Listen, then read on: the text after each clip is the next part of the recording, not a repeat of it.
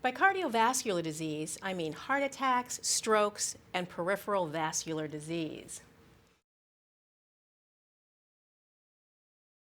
Males appear to be at a higher risk for cardiovascular disease than females.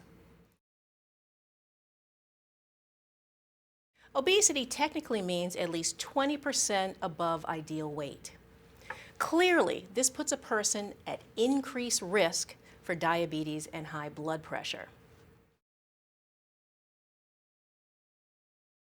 What may be happening is that acute and chronic stress results in higher blood pressure and cholesterol levels, more smoking, overeating, etc., all of which are direct risk factors for cardiovascular disease. Today, I'm going to be speaking on risk factors for cardiovascular disease. By cardiovascular disease, I mean heart attacks, strokes, and peripheral vascular disease, which is also known as clots to the legs. When the arteries become diseased, there's a loss of elasticity so that the arteries are not as flexible as they used to be. There can also be partial or complete blocking of the arteries. When a person has a heart attack, what happens is there's a partial or complete blocking of one or more of the arteries which feed the heart muscle. In a stroke, we're talking about the blocking of one or more of the arteries which feed the brain. In peripheral vascular disease, again also known as clots to the legs, there's a partial blockage of one or more of the arteries to usually one of the legs. Now, there are risk factors which do give us an idea of who might develop one of these problems or these diseases. Some of the risk factors are alterable. That is, that the person at risk can actually do something about them. And then there are some risk factors which are unalterable. I'm going to run through the unalterable ones first and then the alterable ones second. Okay. The unalterable risk factors are number one, gender. Males appear to be at a higher risk for cardiovascular disease than females, at least up until 50 years of age. The simplest explanation is that estrogen, a hormone which is made in women's bodies up until menopause, appears to protect women from cardiovascular disease. Second, age. As a person ages, their risk of getting cardiovascular disease increases. There's not much we can do about aging, but that is a factor. That the older a person is, the higher their risk for cardiovascular disease. Third, diabetes. People with diabetes have a higher rate of cardiovascular disease. It's not known why, but unfortunately, the statistics support this. And then, family history. We all have and need to have certain amounts of fats and fatty acids that our bodies use metabolically.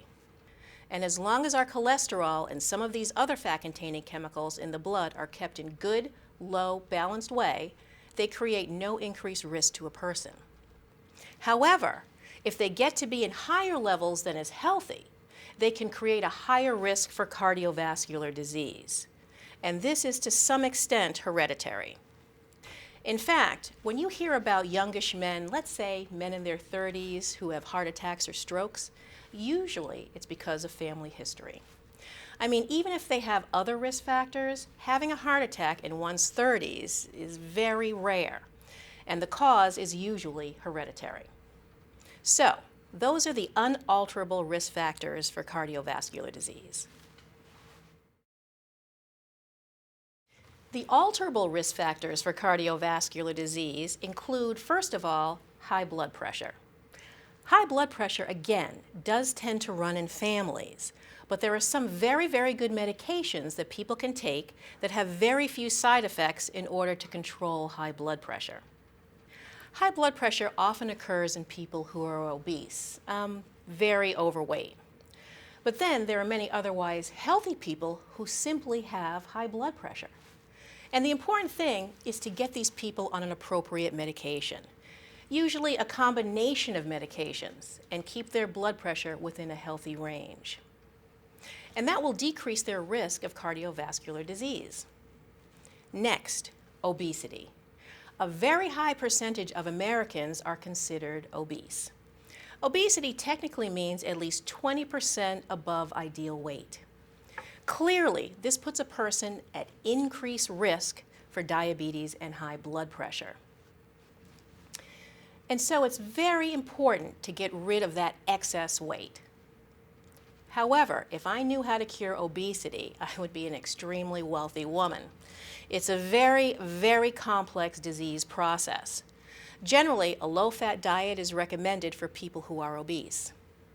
Next, cigarette smoking is clearly a risk factor for cardiovascular disease. People who smoke cigarettes have more heart attacks and strokes and peripheral vascular disease, blood clots in the legs. Clearly, they have a higher incidence of these diseases earlier in life than non-smokers. Tobacco use not only raises blood pressure, but it probably affects the way fats are metabolized as well.